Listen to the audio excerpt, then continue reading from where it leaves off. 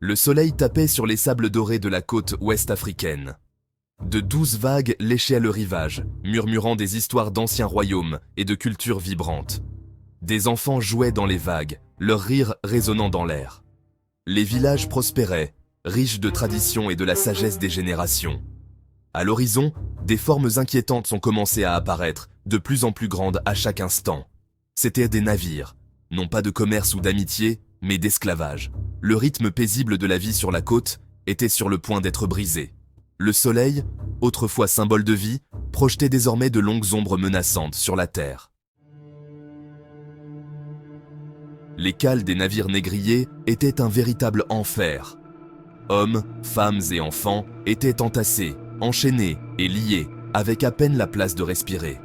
L'odeur de la maladie et de la mort imprégnait l'air. Les cris des souffrants résonnaient dans l'obscurité, un rappel constant de l'inhumanité de leurs ravisseurs. Le voyage à travers l'Atlantique, connu sous le nom de « traversée du milieu », était un cauchemar aux proportions inimaginables. Beaucoup ont péri de maladie, de faim ou de désespoir. Ceux qui ont survécu ont été à jamais marqués par cette expérience, leur lien avec leur patrie violemment rompu. L'immensité de l'océan, autrefois symbole de liberté, représentait désormais la distance incommensurable qui les séparait de leur foyer. À leur arrivée dans le Nouveau Monde, les Africains réduits en esclavage ont été dépouillés de leur nom, de leur langue et de leur culture. Ils ont été réduits à l'état de marchandises, achetés et vendus comme du bétail. Leurs ravisseurs ont cherché à effacer leurs identités, à briser leur esprit et à les transformer en ouvriers dociles. Leur héritage, riche en traditions et en liens spirituels, a été systématiquement détruit. Les langues vibrantes de l'Afrique ont été remplacées par les sons durs de leurs oppresseurs. Les histoires de leurs ancêtres, transmises de génération en génération, ont été réduites au silence. Ils ont été forcés d'adopter la langue, la religion et les coutumes de leurs esclavagistes. Mais même face à une oppression aussi brutale, l'esprit de résistance a vacillé en eux. Parmi les nombreuses pertes subies par les Africains réduits en esclavage, il y a eu la perte de leur lien spirituel avec le divin. Ils ont été arrachés à leurs croyances ancestrales, à leurs rituels sacrés et au nom de leur Dieu. L'un de ces noms, perdu au fil du temps et à cause de la brutalité de l'esclavage, était Ahaya, le vrai nom du Créateur.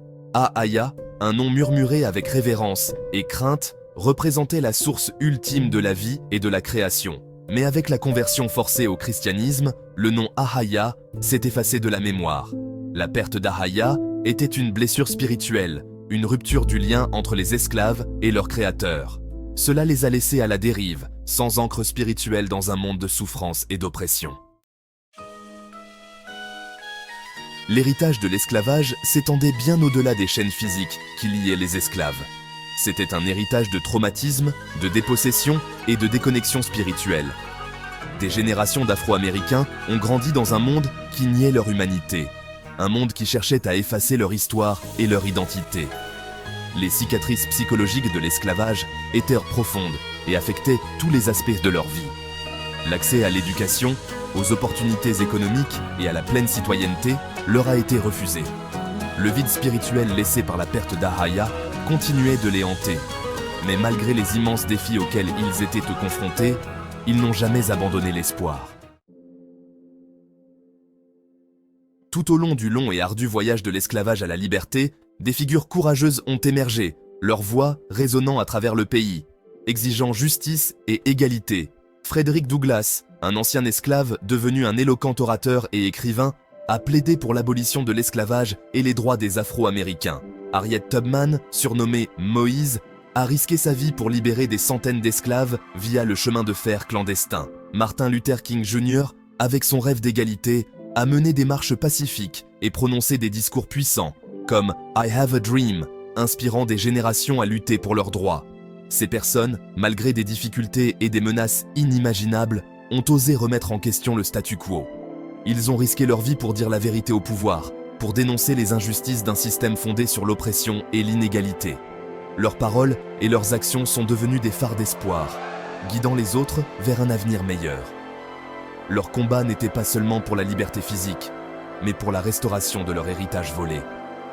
Leurs voix, bien que réduites au silence par la mort, continuent de résonner à travers le temps, inspirant des mouvements pour le changement. Ahaya, le créateur de l'univers, a été une source de force et de délivrance pour les Afro-Américains, les guidant à travers les épreuves de l'esclavage vers la liberté. Ahaya a restauré leur dignité et leur héritage, les inspirant à continuer de lutter pour la justice et l'égalité. Au milieu de cette lutte continue pour l'identité spirituelle et culturelle, une communauté a émergé, cherchant à récupérer son héritage perdu et à renouer avec le divin. Cette communauté, connue sous le nom de Gathering of Christ's Church, ou GOCC, s'est consacrée à redécouvrir la vérité sur la foi de leurs ancêtres et à restaurer leur lien avec Ahaya, le créateur de l'univers. La communauté GOCC a fourni un espace de guérison et de redécouverte. Elle offrait un refuge contre l'aliénation spirituelle et culturelle que de nombreux Afro-Américains ont vécu. Au sein du GIOC, les individus ont commencé à se plonger dans les textes anciens, à la recherche d'indices sur leur héritage perdu. Grâce à des recherches diligentes et à la prière, ils ont commencé à découvrir les vérités cachées qui avaient été obscurcies par des siècles d'oppression. Le GOC a également mis en place des programmes éducatifs et des ateliers spirituels permettant aux individus de s'autonomiser et de devenir des leaders au sein de leur communauté. Le GOC est devenu un phare d'espoir pour ceux qui recherchent un lien plus profond avec leur passé spirituel et un avenir plus éclairé, délivré de l'esclavage par Ahaya, le créateur de l'univers. Vous savez, je suis souvent interrogé sur ma foi et ma relation avec Ahaya, le créateur de l'univers. Je crois que tout ce que j'ai accompli, tout ce que j'ai, c'est grâce à la grâce d'Ahaya.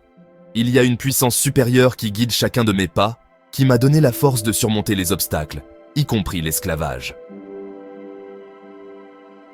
La foi en Ahaya m'a permis de rester humble, de rester reconnaissant et de ne jamais oublier d'où je viens. Ahaya est plus qu'un simple mot. Il est la source de ma résilience, de ma force et de ma foi inébranlable. Il représente mon lien avec mes ancêtres, mon héritage et le divin. Le retour à Ahaya a été une expérience transformatrice, apportant un sens renouvelé de l'identité spirituelle et du but, délivrant de l'esclavage par le créateur de l'univers.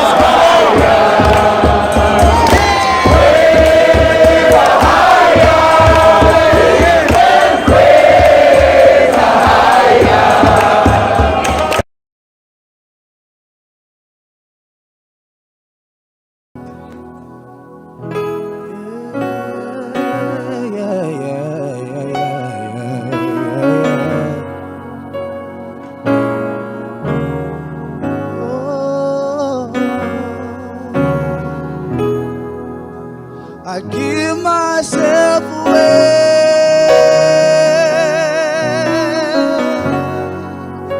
I give myself away so you can use me.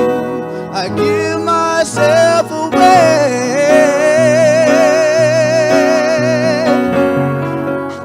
I give myself away so you can use me. Give myself away. Oh,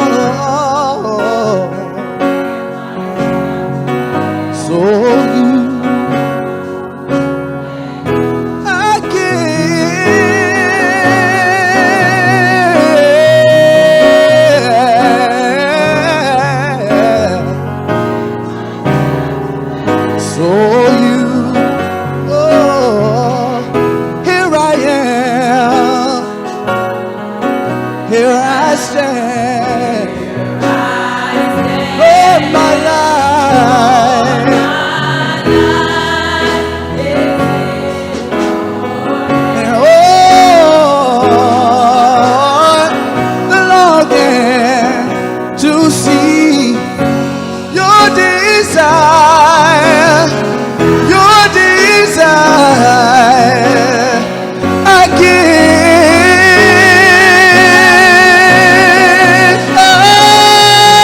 Oh, so you, I give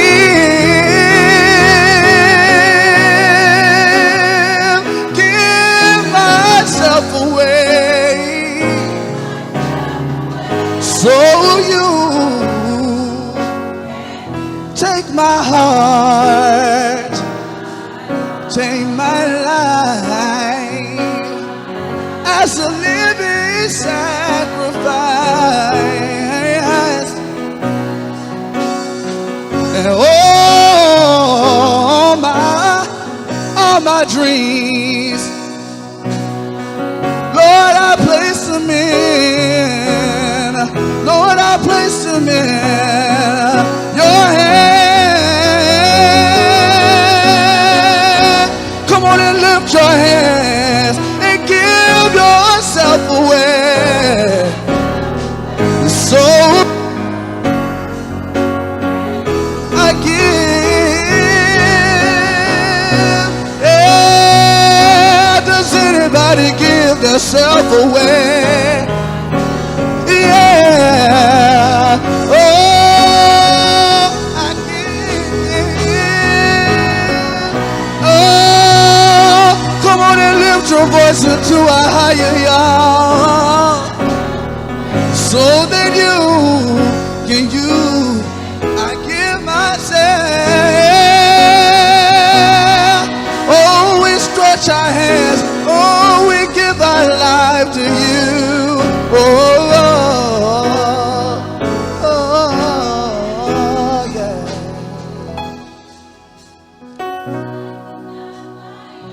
Oh, I give myself. Oh, my life and not my own. Higher to you do I belong. Oh, come on and lift your voice with me. My life is not my own. Higher to you do I belong. I give myself. Oh, my life is not my own. My own. Oh, I give. Oh, I give.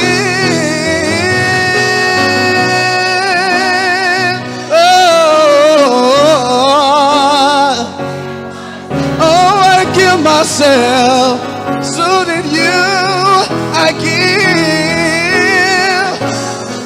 Father, my life is not my own, but I give myself so that you I give.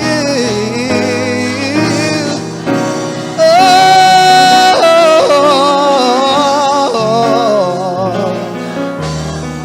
it's for you.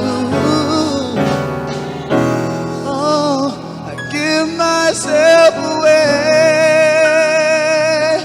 Oh, I give myself away so that you can use me.